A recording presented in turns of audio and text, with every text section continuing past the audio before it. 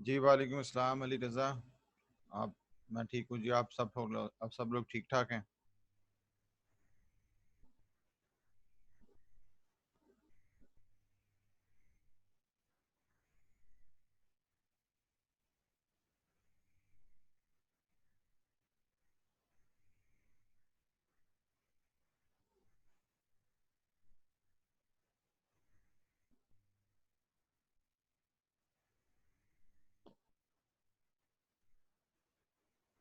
अच्छा जी, बिस्मिल्लाहिर्रहमानिर्रहीम।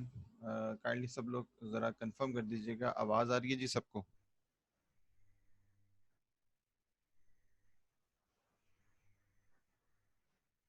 अ,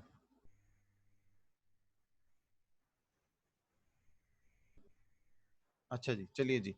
अच्छा जी, लास्ट टाइम जो हमारा चैप्टर था उसमें हमने दो चीज़ें की थी और दो ही चीज़ें जो है वो हमने उसमें मेन देखनी थी।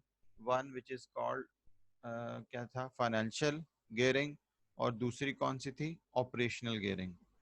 ठीक है। फाइनेंशियल गियरिंग यानी कि जो लेवल ऑफ डेट के साथ हम देखते हैं, और जो ऑपरेशनल गियरिंग थी उसमें हम profit before interest and tax को देखते हैं कि वो हमारे फिक्स कॉस्ट को कवर करने में कितनी मदद जो है वो करता है। नेक्स्ट जो हमारा टॉपिक है वो काइंडली मैंने आपको ईमेल भेजी थी। ईमेल में मैंने उसके पेजेस भी लिखे हुए हैं आपके कोर्स पैक के। ठीक है। जिनके पास दूसरा कोर्स पैक है वो चैप्टर खोल लीजिए। चैप्टर है हमारा जो हम कर रहे हैं, gearing and capital structure. Gearing and capital structure के नाम से आज जो हमारा टॉपिक है वो है effect on share holders wealth. ठीक है। तो जल्दी जल्दी से हम कोशिश करेंगे कि इसकी छोटे छोटे एग्जांपल्स हैं, दो हम कोशिश करके एग्जांपल्स जो है वो इसकी कवर कर लें ताकि हमारा ये चैप्टर आज जो है वो ख़त्म हो जाए। इसके बाद हमारा एक बिल्कुल छोटा सा टॉपिक रह जाएगा जी, तो फिर हमारा जो है ये कोर्स कंक्लूड हो जाएगा। ठीक है जी। पेज 239 पे सब लोग आ जाइएगा काइंडली। जो भी ज्वाइन करता जा रहा है, मैं स्क्रीन शेयर करने लगा हूँ। ठीक है। तो जो भी कोई क्वेश्चन होगा वो फिर हम वो मुझे आप बता उसमें लिख दीजिएगा चैट में, या जस्ट रेज योर हैंड, हम उसको फिर क्या कहते हैं रिजॉल्व कर लेंगे।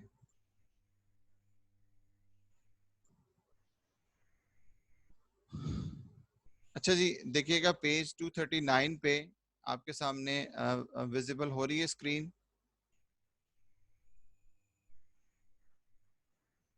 काइंडली जी सब लोग मुझे ज़रा कंफर्म कर दीजिएगा।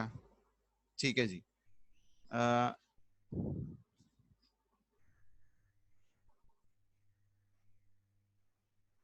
अच्छा जी। सो यहाँ पे देखिएगा कि हमारे पास जो effect on share holders wealth है, याद रखिए शेयर होल्डर्स की वेल्थ ऑब्वियसली क्या है, उनका शेयर है। और उनका मेन कंसर्न क्या होता है कि कंपनी कोई ऐसा काम ना करे कि जिससे उसकी प्रॉफिटेबिलिटी डिस्टर्ब हो और उसकी market value of the share क्या हो जाए, नीचे चली जाए, डिक्लाइन में चली जाए, और इन अदर वर्ड कंपनी की जो गुडविल है वो इफेक्ट ना होती हो। तो याद रखिए इसको चार तरीकों से हम देखते हैं। सबसे पहला अर्निंग पर शेयर। ठीक है। सेकंड वन, आप लोगों ने रेशियोज में ऑलरेडी किया होगा, पीई रेशियो। ठीक है। अभी मैं इसका फॉर्मूला नहीं लिख रहा, सिर्फ ये बता रहा हूँ कि जो शेयर होल्डर्स के इफेक्ट हैं ये किन तरीकों से हम चेक कर सकते हैं और कौन सा ज्यादा सबसे क्या कहते हैं इंपॉर्टेंट है, वो फिर हम उसको अभी देखते हैं। पहला earning per share, second one price earning ratio, third one क्या है, डिविडेंड कवर। ठीक है जी। और डिविडेंड यील्ड, डिविडेंड यील्ड। तो याद रखिए इसमें हमारे पास जो चार मेथड हैं, चार समझ लीजिए जो चार पेट रेशियोज हैं, ये शेयर होल्डर्स रेशियो ही कहलाती हैं। इसमें पहला है अर्निंग पर शेयर। ठीक है। Second one P E ratio. P E ratio stands for price earning ratio. ठीक है, फॉर्मूला हमारी बुक में इसका दिया हुआ है, अभी हमें इसकी जरूरत नहीं है, पहले हमें पता होना चाहिए कि चार वेज कौन कौन से हैं। तीसरा, डिविडेंड कवर, कंपनी की एबिलिटी, कंपनी की एबिलिटी कि वो अपने डिविडेंड को कितनी दफा कवर कर सकते हैं। या और सीधी सी बात है, सिंपल सी है, जितना ज्यादा प्रॉफिट होगा उतना ज्यादा हम अपने शेयर होल्डर्स को डिविडेंड पे कर सकते हैं।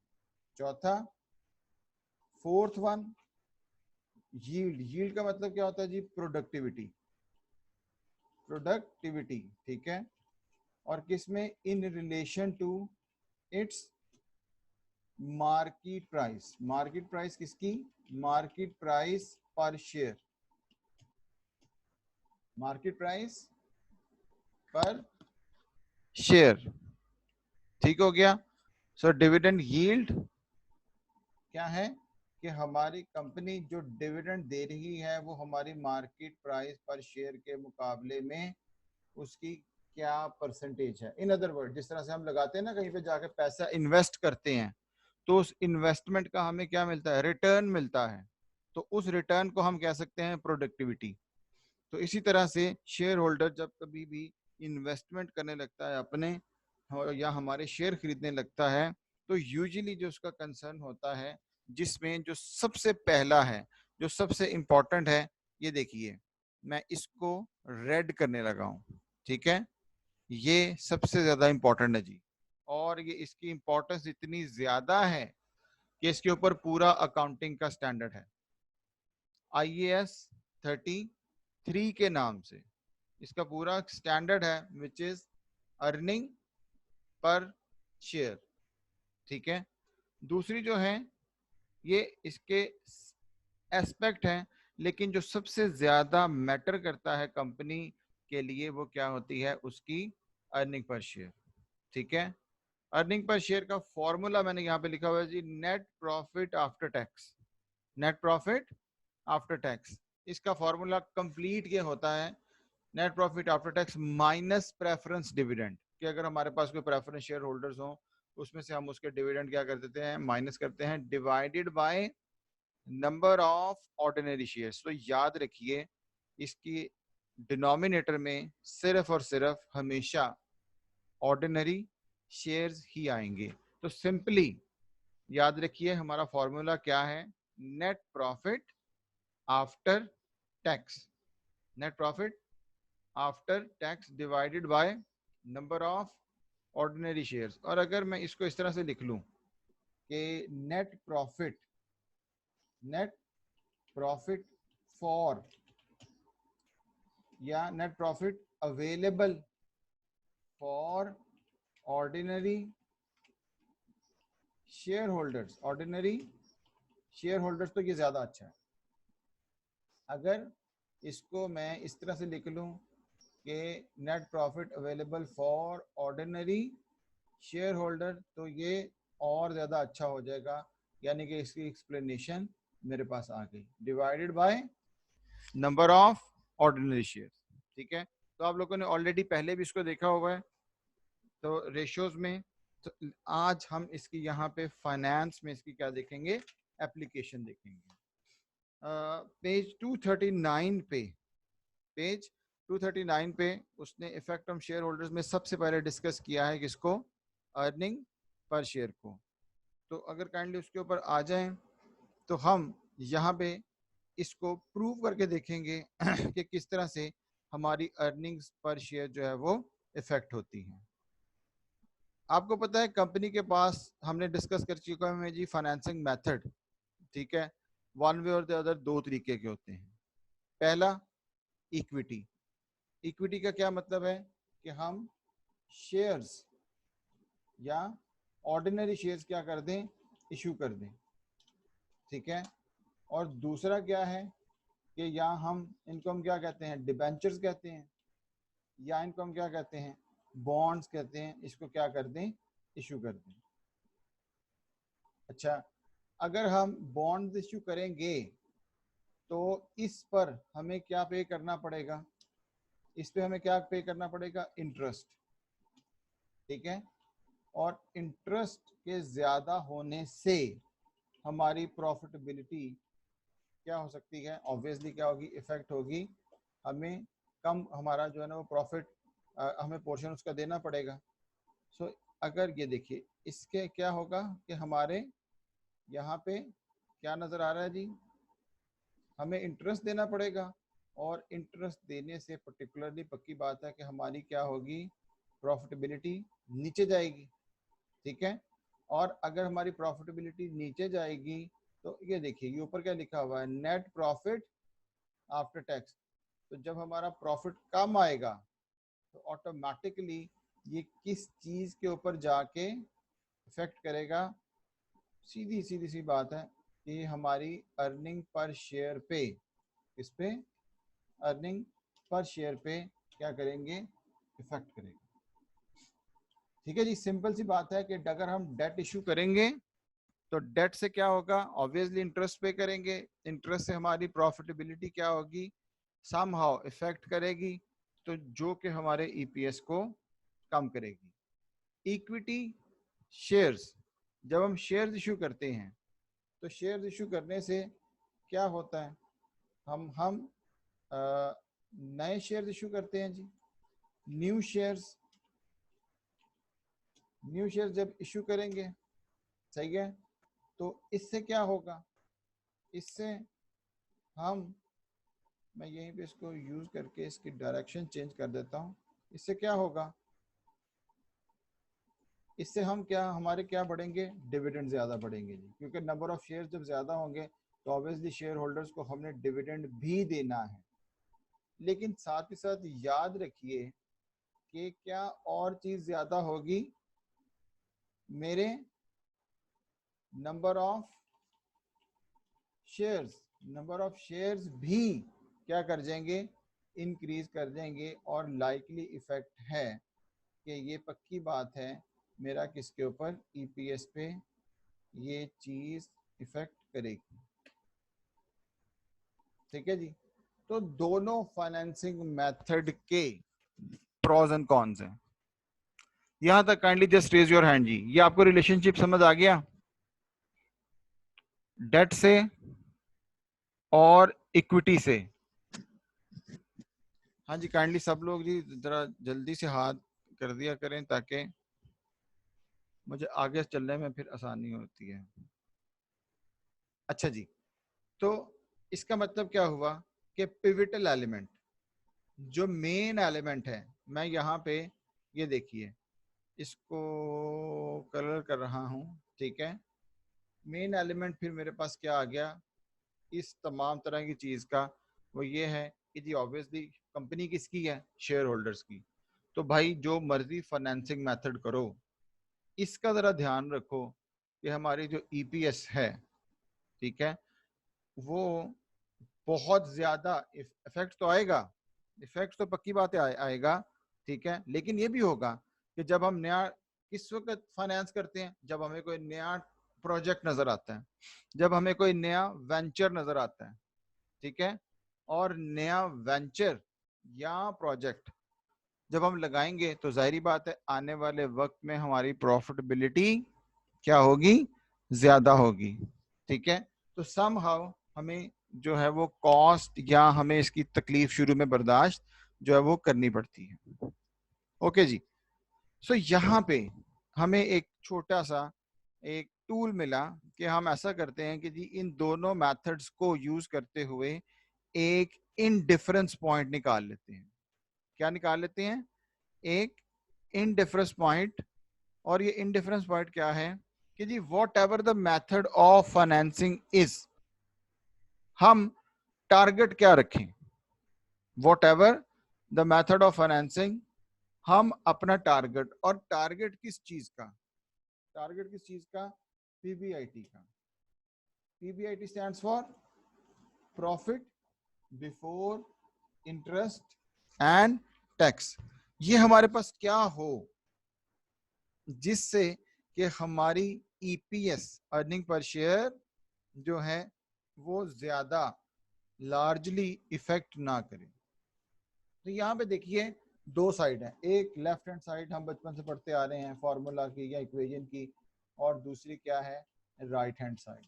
तो हमने क्या किया, हमने दो चीजें, क्या है, profit before interest and tax, ठीक है जी, PBIT stands for profit before interest and tax, ठीक है, और I stands for interest, I stands for interest, ठीक है, टी स्टैंड्स फॉर, जी मैं यहां पे लिख देता हूं जी, T stands for tax rate, T stands for tax rate, ठीक है।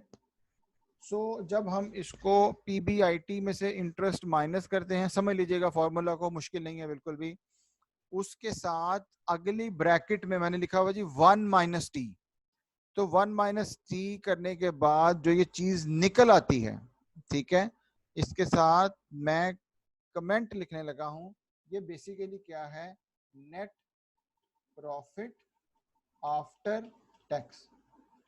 तो बेसिकली ये नेट प्रॉफिट आफ्टर टैक्स लिखा इसको इसलिए गया है क्योंकि अभी हम इसकी जब एग्जांपल करेंगे तो हमें और ज्यादा क्लियर हो जाएगा, ठीक है। तो ये है यही चीज, देख लीजिए अब आप खुद से, profit before interest and tax में से हमने क्या कर दिया, माइनस किया इंटरेस्ट, तो आ जाएगा प्रॉफिट बिफोर टैक्स। उस प्रॉफिट बिफोर टैक्स में से टैक्स जब माइनस करेंगे तो ऑटोमेटिकली हमारे पास क्या बचेगा, net profit after tax, net profit after tax. अच्छा, नेट प्रॉफिट आफ्टर टैक्स और डिवाइडेड बाय S1।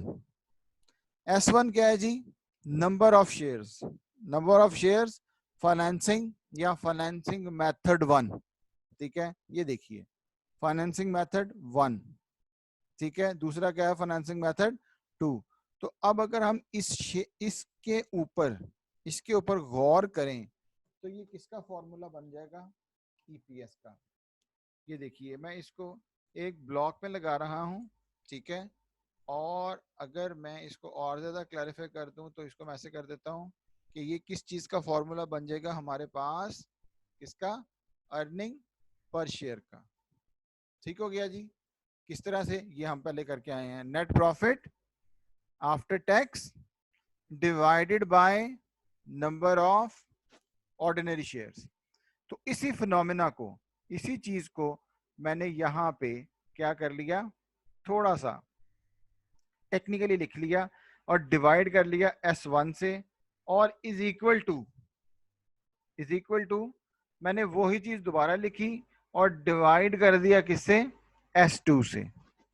S2 हम क्या है, हमने लिखा number of shares financing 2, financing के दो मेथड, ठीक है, एक इक्विटी एक डेट। अच्छा, अब तीसरा मेथड भी होता है, तीसरा मेथड क्या होता है, इन दोनों का मिक्स कर लें, ठीक है, कुछ इक्विटी कुछ डेट। एक तीसरा मेथड भी होगा कि कुछ इक्विटी कुछ डेट कुछ प्रेफरेंस शेयर्स।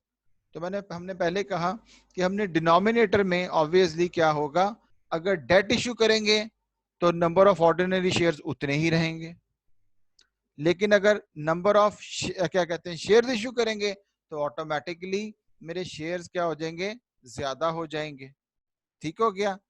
डेट इश्यू करने से शेयर्स उतने ही रहेंगे, लेकिन क्या होगा, इंटरेस्ट पे करेंगे। शेयर्स इश्यू करने से इंटरेस्ट नहीं पे करेंगे, लेकिन नंबर ऑफ शेयर ज्यादा हो जाएंगे। तो हमने क्या किया कि जी एक ऐसी चीज हम प्रूव कर लें जिससे हमें क्या मिल जाए, एक टारगेटेड, क्या मिल जाए, एक टारगेटेड पीबीआईटी मिल जाए, सो दैट हम अपने मैनेजर्स को ये कहें कि यार जो मर्जी करो, इस चीज को आपने मीट करना है, ठीक है। सो ये एक इंडिफरेंस पॉइंट आ जाएगा, whether we should go for debt और क्या है, इक्विटी, ठीक है। इसको प्रूव करने के लिए जी एग्जाम्पल 2.2 पे आइएगा, आपके पास पेज 239 पे, पेज 239 पे हमारे पास क्या है जी, एक होगा अपना एग्जाम्पल 2.2, उसके ऊपर काइंडली आइएगा जी।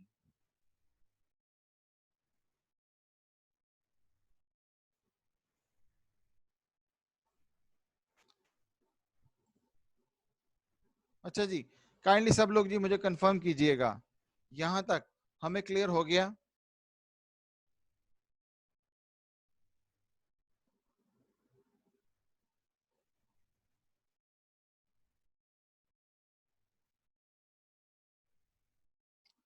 ये जो हैंड रेज करना है ना, इसमें सिर्फ एक क्लिक करना होता है, ठीक है? अच्छा जी, चलो शाबाश, ठीक है जी। एग्जाम्पल 2.2 पे आएगा जी, छोटी सी एग्जाम्पल है, बिल्कुल छोटी सी एग्जाम्पल, लेकिन हमें क्लैरिफाई हो जाएगा। एडिटेड कंपनी हैज, मैं एग्जाम्पल रीड करने लगा हूं जी।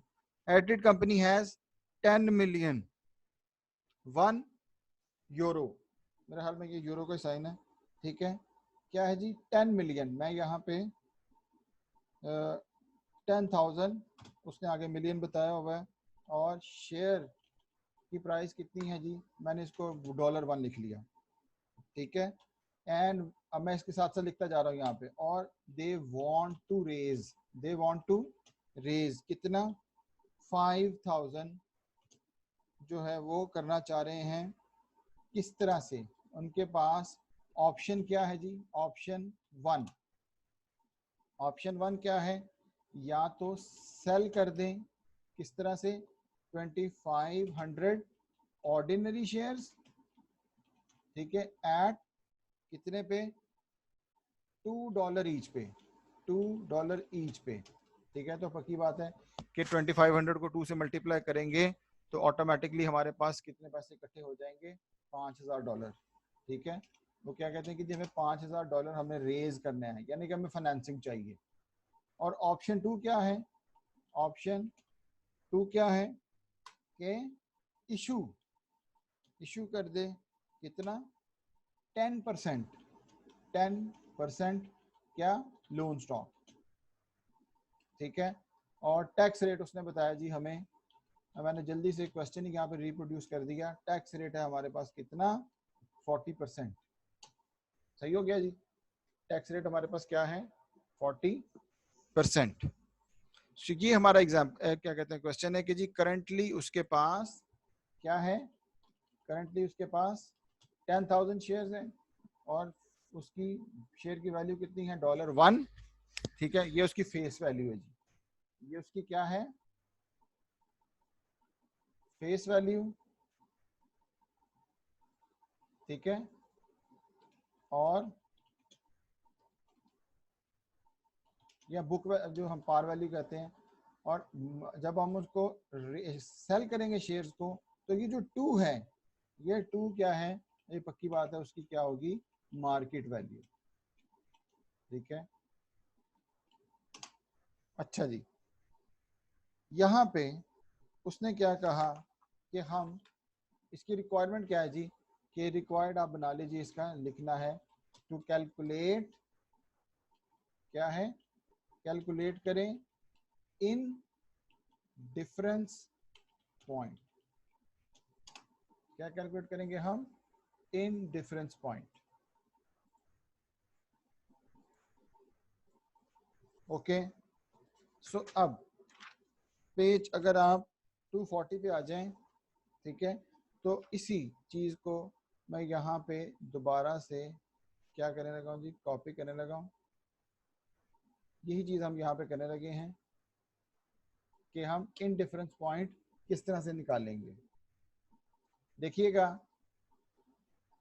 कि हमने PBIT एज इट इज ही रहने देना है, ठीक है? माइनस क्या है?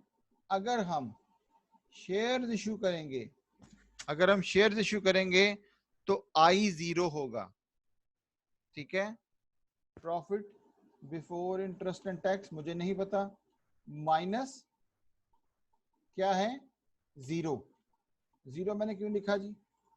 क्योंकि अगर मैं ऑप्शन नंबर 1 पे जाता हूं तो मेरा इंटरेस्ट क्या होगा? 0 होगा, ठीक है? और 1 माइनस टी का मतलब होता है जी आफ्टर टैक्स। टैक्स रेट कितना है? 40%, इसको मैंने लिख लिया 0.40, इसको मैंने क्या लिख लिया?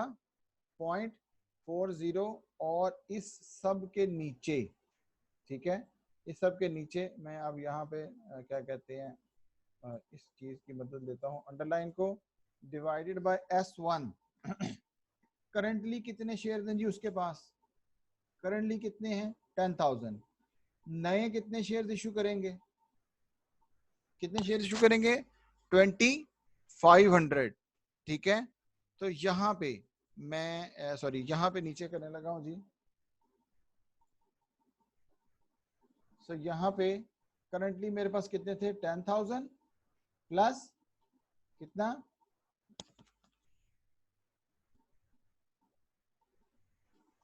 बेटा ये फॉर्मूला ऑलरेडी जो है ना आमना, ये फॉर्मूला आपकी बुक में दिया हुआ है, यही वाला, यही कह रहे हो ना फॉर्मूला? ये फॉर्मूला ये था कि profit before interest and tax minus interest, ठीक है, into 1 minus tax rate divided by S1। Financing option 1 है और दूसरी तरफ वही चीज है, लेकिन यहाँ पे फाइनेंसिंग ऑप्शन क्या है? 2 है। ठीक है, तो यहाँ पर हम यही कर रहे हैं, हमें पीबीआईटी नहीं पता। बेसिकली हमारा जो टास्क है वो इस ही पीबीआईटी को हमने क्या करना है? कैलकुलेट करना है। ठीक है जी, ये मैंने रेड कर दिया ताकि हमें याद रहे। सही है, तो यहाँ पे ठीक है जी आमना।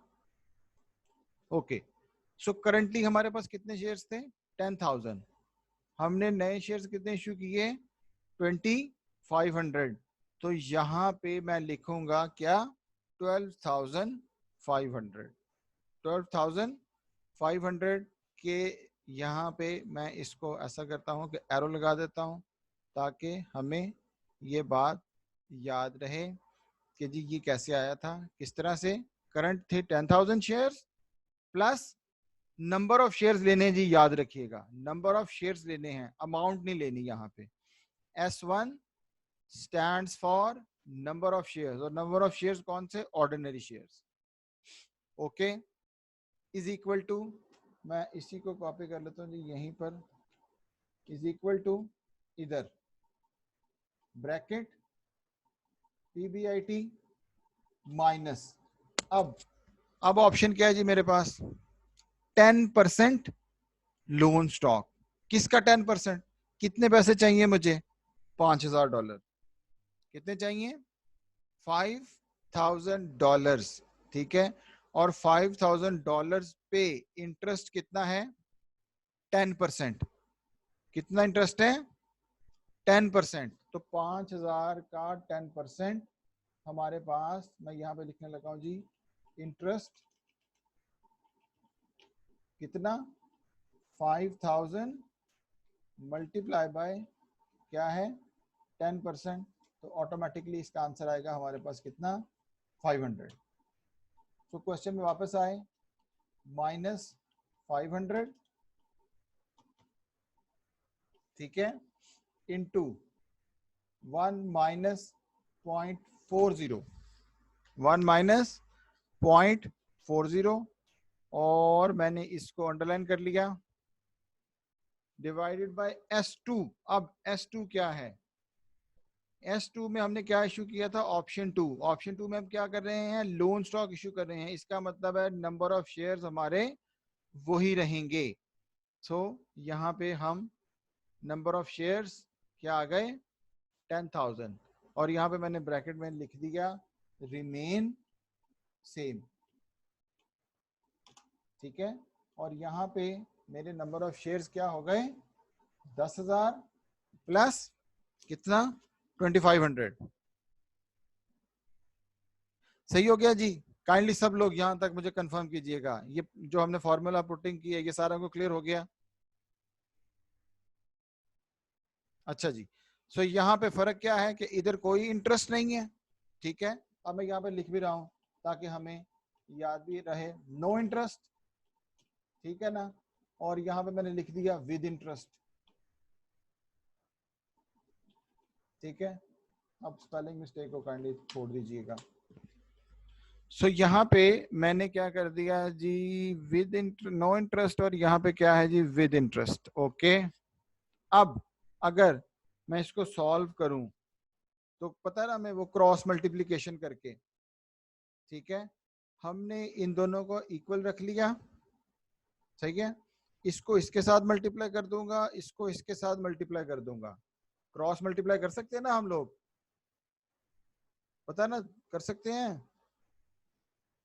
ठीक है, क्या करेंगे, क्रॉस मल्टीप्लिकेशन इस तरह से, ठीक हो गया। और ये ऐसे, ठीक है। तो जब हम इसको देखिए, उसने क्वेश्चन, अब आप जरा उसके ऊपर आ जाइएगा पेज 240 पे, ठीक है। तो 1 में से 0.4 माइनस करेंगे तो ये कितना आ जाएगा, 0.6, सही है। और यहाँ पे इसकी क्रॉस मल्टीप्लिकेशन जब करेंगे तो हमने किसका आंसर निकालना है, PBIT, ठीक है। तो इसने यहाँ पे PBIT का जो आंसर निकाला हुआ है वो क्या निकला हुआ है जी, 2500, 2500, या इसको हम क्या कहेंगे कि जी $2500, सही है। यहाँ पे देखिएगा जी, सिर्फ और सिर्फ अब इसकी कैलकुलेशन, काइंडली सब लोग एक दफा जरा वेरीफाई कर लीजिए, कैलकुलेटर आप लोगों के पास होगा, कैलकुलेटर आपके पास होगा, सिर्फ और सिर्फ इन फॉर्मूला की कैलकुलेशन, क्योंकि अब हम यहाँ पर पॉसिबल नहीं है। अदरवाइज क्या है, पहले इसको सॉल्व करें। इसको सॉल्व कैसे करेंगे, ये आ जाएगा 0.6, उसको मल्टीप्लाई कर दीजिएगा 10,000 से, ठीक है।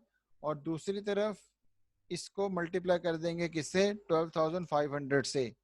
तो उसको हम एक तरफ करने के बाद PBIT की जो वैल्यू निकाली है इसने, ये कितनी निकली है जी, 2500, कितनी निकली है, 2500। काइंडली सब लोग जी कैलकुलेशन करके मुझे कंफर्म कीजिए कि सब लोगों ने ये कर लिया है, प्लीज कंफर्म कीजिएगा मुझे PBIT जल्दी से।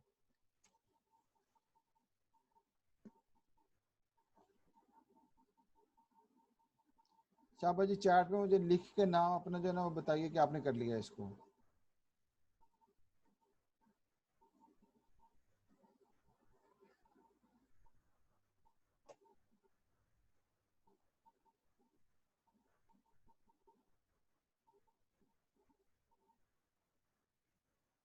ठीक है जी, ओके करते जाइए सब लोग जल्दी से,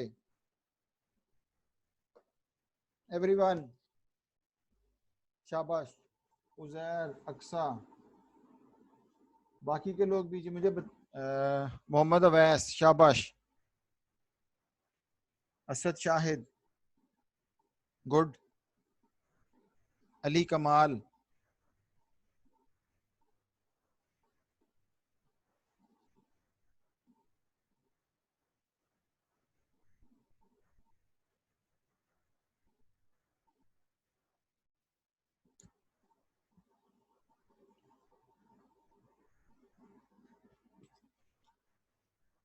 सब लोग जी, सब लोग हैं यहीं पे।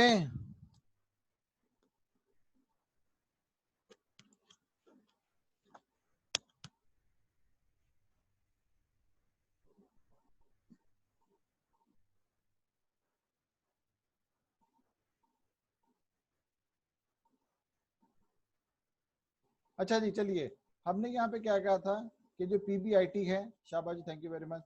PBIT क्या है हमारा, एक क्या निकलाएगा, indifference point, indifference point. Indifference point का क्या मतलब होता है कि जहां पे हमने हमारी जो भी चॉइसेस हैं, चलो कोई बात नहीं, अली इसको क्या कहते हैं, वैसे बस बाद में देख लीजिएगा, ठीक है। हमारी जो भी दो चॉइसेस होती हैं वो हम क्या हो जाती हैं, इक्वल हो जाती हैं। अच्छा जी, जल्दी से अब हम इसको प्रूव कर लें। यहाँ पर उसने वैसे प्रूव भी किया हुआ है, ठीक है। तो इसको हम प्रूव कर लेते हैं जल्दी से। यहाँ पे लिख देते हैं जी इक्विटी, और यहाँ पे लिख देते हैं डेट, ठीक है। हमने निकाल लिया profit before interest and tax, कौन सा, यही वाला जी, ये 2500 मैंने यहाँ पे लिख दिया, 2500।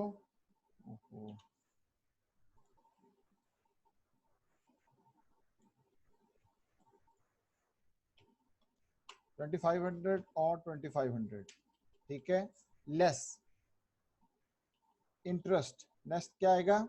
इंटरेस्ट। अगर इक्विटी इशू करूंगा तो इंटरेस्ट 0 है, डेट इशू करूंगा तो इंटरेस्ट 500 है।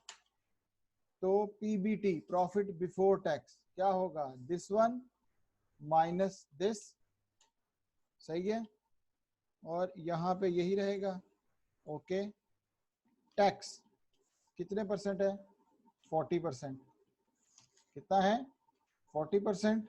तो is equal to this one multiply by 40%, sorry 40%,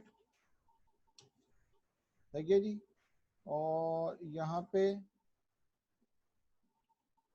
क्या है जी? यहाँ पे है जी क्या कहते हैं, टैक्स इतना आ गया। उसके बाद आ गया जी profit after tax. Profit after tax क्या है?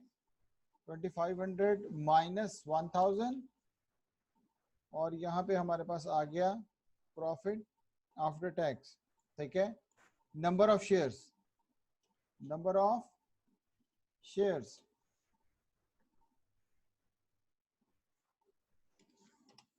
नंबर ऑफ शेयर्स हम पहले देख चुके हैं जी। यहाँ पे कितने शेयर्स हैं? 12,500। यहाँ पे कितने हैं? 10,000। नंबर ऑफ शेयर्स 12,500 और 10,000, ठीक है। Okay, number of shares.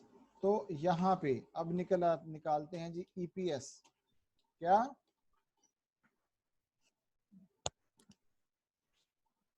अगला क्या है? ईपीएस। ईपीएस कैसे निकलेगा? हम शुरू में कह चुके हैं कि ईपीएस का फॉर्मूला क्या है, ये देखिएगा, net profit after tax divided by number of shares. तो यहाँ पे वापस आए, क्या? Net profit after tax divided by number of shares, ठीक है। तो ये आंसर आया जी 0.12, और इसी को ड्रैग करते हैं तो दूसरा क्या आ गया हमारे पास? 0.12। ये देख लीजिएगा आप खुद से, आप प्रूव हो रहा है हमारे पास। क्या हो रहा है? प्रूव हो रहा है, हाँ ठीक है। तो थ्योरेटिकली तो चीज़ें हमें बड़ी सिंपल लगती हैं, यहाँ पे देख लेते हैं। तो this is a quick way कि हमने क्या हुआ कि प्रॉफिट, अब क्या होगा हमारी targeted profit before interest and tax, targeted profit before interest and tax कितनी होनी चाहिए? 2500। अगर $2,500 होगा तो हमारी ईपीएस दोनों में क्या आ जाएगा? रिमेन सेम, रिमेन सेम, और it is called in difference level. Economics में कभी हम पढ़ते होते थे किसी जमाने में, याद होगा, इन डिफरेंस कर्व, ठीक है। इन डिफरेंस कर्व का कॉन्सेप्ट भी यही है। तो यहाँ पे हमें ये बात पता चल गई कि इधर वी कैन गो, ठीक है, फॉर डेट और इक्विटी। हमारा टारगेट क्या होना चाहिए? हमारा टारगेट ये होना चाहिए। और अगर हमारा ये टारगेट होगा तो फिर हम इसको इजीली क्या कर सकते हैं? पकड़ सकते हैं। ये बात क्लियर होगी जी सबको? Kindly just raise your hand ji.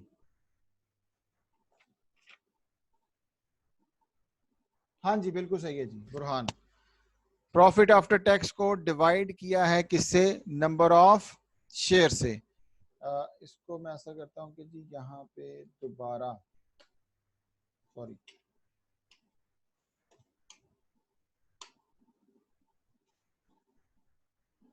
Control C,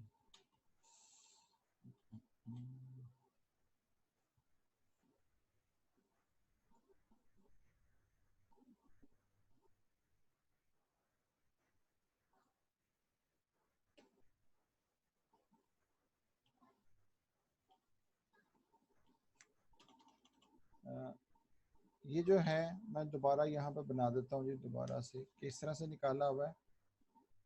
profit after tax divided by 12,500, यहाँ पे है और यहाँ पे है 1200 डिवाइडेड बाय 10,000। ठीक है जी, मैंने इसके नीचे कर दिया ताकि हमें ये इसका ईपीएस का फॉर्मूला है। अच्छा जी, अगर हमें ये बात क्लियर हो जाती है तो अब हमें पहली बात जो है ना वो मैंने क्या बताई थी कि हमारे 4 डिफरेंट डायमेंशन है। और याद रखिए जो सबसे ज्यादा इंपॉर्टेंट जो हमने करनी भी है वो क्या है, अर्निंग पर शेयर। ठीक है, दूसरी चीज क्या थी, price earning ratio. Price earning ratio का जो हमारे पास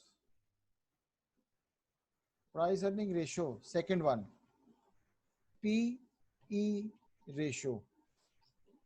ठीक है, ये क्या होता है जी, इसका मतलब क्या है कि ये अब डिपेंडेंट है किसके ऊपर, मार्केट प्राइस, मार्केट प्राइस। ठीक है, market price of the share divided bye EPS. तो देखिए चल किसके ऊपर रहा है, ईपीएस के ऊपर ही चल रहा है ये, market price divided by EPS. ठीक है, फर्ज कर लेते हैं, मैं यहाँ पे एग्जांपल बता रहा हूँ वैसे जल्दी से करना, हमारा नेक्स्ट काम अगली एग्जांपल है वो मैं आपको सिर्फ एक्सप्लेन कर दूंगा, आप लोगों का होमवर्क होगा उसको करना। ठीक है, प्राइस अर्निंग रेशियो क्या है जी, फर्ज कीजिए चलती मार्केट से स्टॉक एक्सचेंज पे हम गए, किसी कंपनी का शेयर था 10। ठीक है, और हमने उसकी बैलेंस शीट देखी तो अर्निंग पर शेयर मुझे नजर आई 2.5। ठीक है, क्या आंसर आना चाहिए, 10 divided by 2.5, market price divided by 2.5, answer आएगा 4। आंसर क्या आएगा, 4। तो इसका मतलब क्या हुआ, इसका मतलब क्या हुआ, हम एक आसान बंदे की लैंग्वेज में इसको इस तरह समझ लेते हैं कि अगर हम चलती मार्केट से इस वक्त 10 रुपए का शेयर लें और ये हर साल 2.5 अर्न करता रहे, हर साल क्या करता रहे, 2.5 अर्न करता रहे, तो हमारे पास इसकी कीमत कितनी देर में पूरी हो जाएगी, तकरीबन 4 ईयर्स में। ठीक है, तो प्राइस अर्निंग रेशो का मतलब ही यही है, अर्न का मतलब कमाना, प्राइस कीमत, कि हम इसकी कीमत कितनी जल्दी पूरी कर लेंगे। ठीक है, लेकिन डिपेंड किसके ऊपर अगेन कर रहा है, अर्निंग पर शेयर पे। तीसरी चीज क्या है, डिविडेंड कवर। डिविडेंड कवर, इसका फॉर्मूला किताब में जो भी दिया हुआ है, ठीक है, आप इसका फॉर्मूला ये रखिए simple, net profit, net profit after tax divided by dividend, divided by dividend. ठीक है, नेट प्रॉफिट आफ्टर टैक्स हमें पता है, डिविडेंड भी हमें पता है, सही हो गया। इसको हमने फर्ज किया कोई हमने इसको डिवाइड किया तो इसका आंसर निकल आया 3। तो इस 3 का मतलब होगा 3 टाइम्स, कि हम चाहें तो अपने डिविडेंड को 3 दफा कवर कर सकते हैं, कि हमारे पास इतना प्रॉफिट है कि हम अपने डिविडेंड को 3 दफा अपने शेयर होल्डर्स को दे सकते हैं। ठीक है जी, फोर्थ क्या था, डिविडेंड यील्ड, सॉरी फोर्थ क्या है जी, डिविडेंड यील्ड। ठीक है, तो इसका फॉर्मूला क्या होता है, इसका फॉर्मूला होता है जी DPS, DPS stands for dividend per share divided by market price, dividend per share divided by क्या है, market price. DPS stands for dividend per share.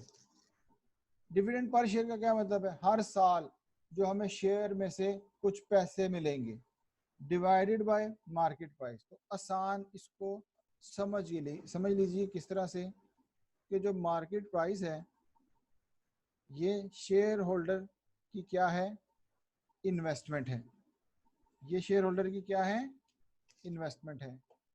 और डीपीएस जो है ये क्या है? डीपीएस क्या है जी? मेरे पास ये एक तरह का मेरा क्या है जी? रिटर्न है। क्या है? रिटर्न है। ठीक है। मार्केट प्राइस क्या है? शेयर होल्डर की इन्वेस्टमेंट, कंपनी की फाइनेंसिंग होती है। शेयर होल्डर अपने पैसे लगा रहा है और उसको रिटर्न कितना मिलेगा? किसकी सूरत में मिलेगा? डिविडेंड की सूरत में। ठीक है। तो ये क्या निकलेगा? ये निकलता है जी परसेंटेज में। फर्ज करो इसका आंसर क्या निकलता है? 15%। इसका आंसर क्या निकला? 15%। तो इसका मतलब है कि जो शेयर होल्डर ने 100 रुपीज लगाए हैं उसका उसको रिटर्न आ रहा है कितना? 15%। ठीक है। तो ये जो 3 है इसको हमें इतना ज्यादा सिर्फ इसको समझने की जरूरत है, हमें पता होना चाहिए। लेकिन जो मेन है वो क्या है? वो हमारा अर्निंग पर शेयर। ठीक है। यहाँ पे मैंने जल्दी से इन तीनों को एक्सप्लेन कर दिया ताकि हमें इसकी क्लैरिफिकेशन हो जाए। तो बेसिकली हमारे इस चैप्टर में 3 चीजें होंगी: financial gearing, operational gearing, EPS. और ईपीएस के लिए हमने क्या निकाला है? Indifference point. ठीक है। Kindly just raise your hand जी, हमें ये क्लियर हो गया?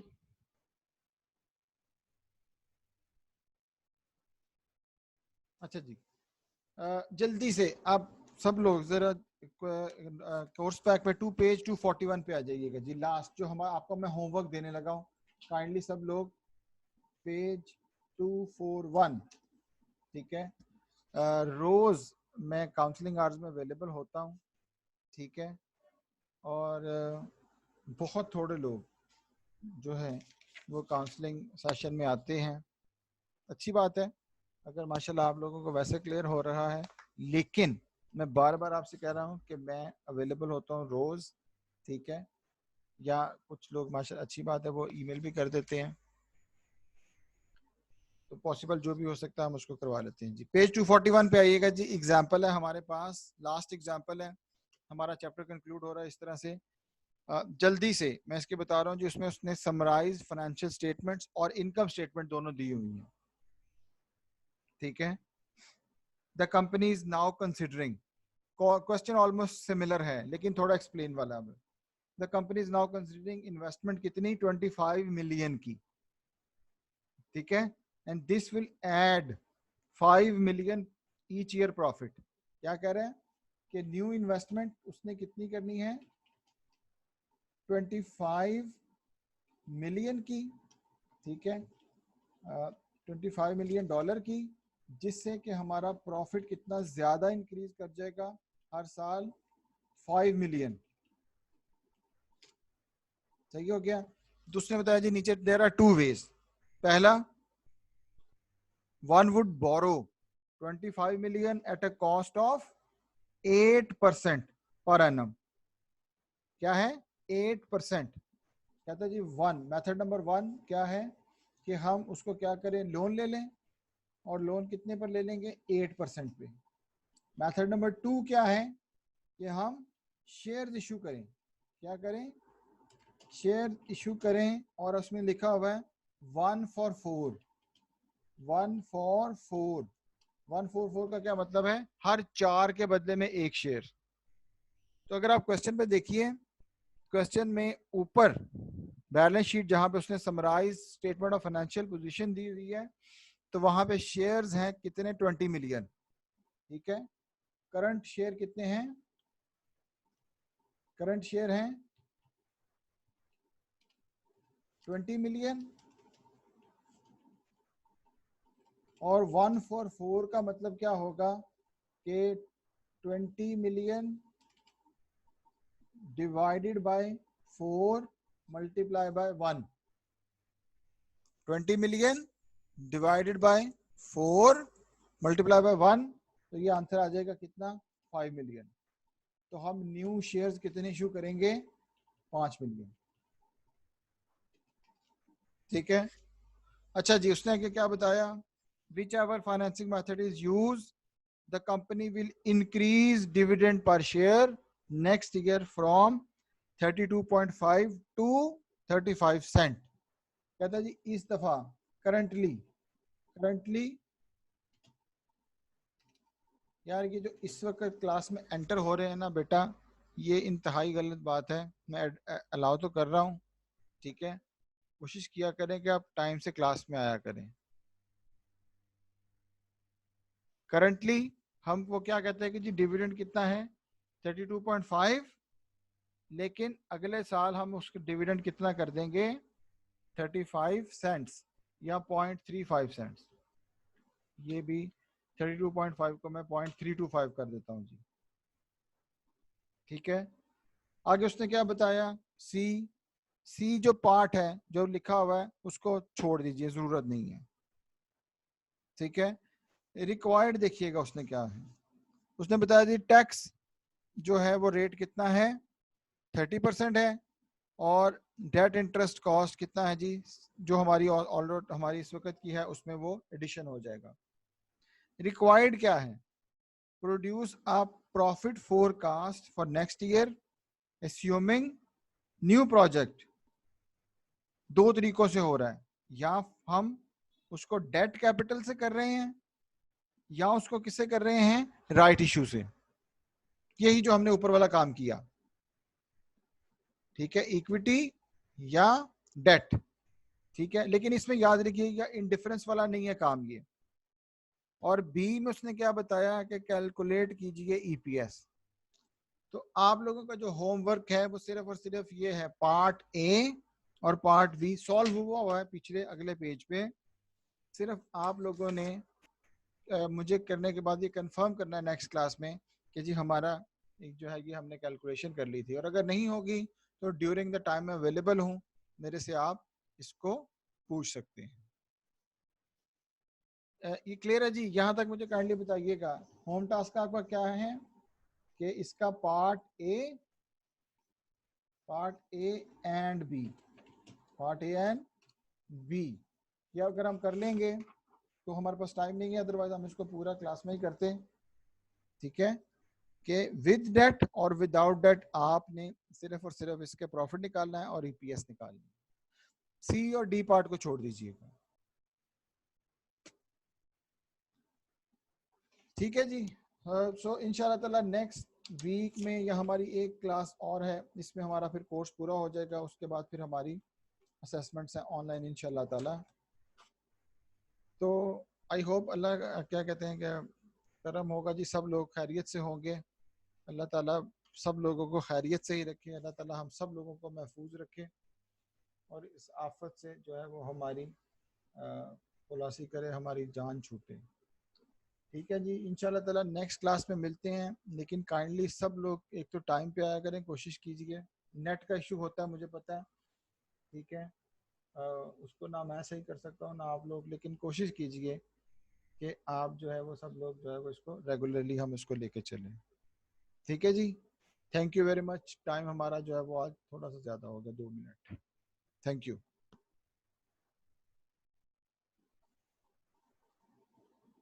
अल्लाह हाफिज़।